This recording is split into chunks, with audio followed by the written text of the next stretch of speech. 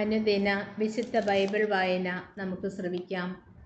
ഒരു കുഷ്ഠരോഗി അവൻ്റെ അടുത്തെത്തി മുട്ടുകുത്തി അപേക്ഷിച്ചു, അങ്ങേക്ക് മനസ്സുണ്ടെങ്കിൽ എന്നെ ശുദ്ധനാക്കുവാൻ കഴിയും.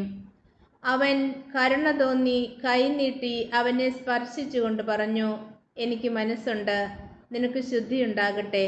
തൽക്ഷണം കുഷ്ഠം മാറി അവൻ ശുദ്ധി വന്നു. യേശു അവനെ കർശനമായി താക്കീത് ചെയ്ത് പറഞ്ഞയച്ചു, നീ ഇതേപ്പറ്റി ആരോടും ഒന്നും സംസാരിക്കരുത്. എന്നാൽ പോയി പുരോഹിതന് നിന്നെ തന്നെ കാണിച്ചു കൊടുക്കുക. മോശയുടെ കൽപ്പനയനുസരിച്ച് ജനങ്ങൾക്ക് സാക്ഷ്യത്തിനായി ശുദ്ധീകരണ കാഴ്ചകൾ സമർപ്പിക്കുകയും ചെയ്യുക. എന്നാൽ അവൻ പുറത്തു ചെന്ന് വളരെ കാര്യങ്ങൾ പ്രഘോഷിക്കുവാനും ഇത് പ്രസിദ്ധമാക്കുവാനും തുടങ്ങി. തന്മൂലം പിന്നീട് പട്ടണത്തിൽ പരസ്യമായി പ്രവേശിക്കുവാൻ യേശുവിന് സാധിച്ചില്ല. അവൻ പുറത്ത് വിജന പ്രദേശങ്ങളിൽ തങ്ങി. ജനങ്ങളാകട്ടെ എല്ലായിടങ്ങളിലും നിന്നും അവൻ്റെ അടുത്ത് വന്നുകൊണ്ടിരുന്നു. ഈശോ മിശിഹായ്ക്ക് സ്തുതിയായിരിക്കട്ടെ.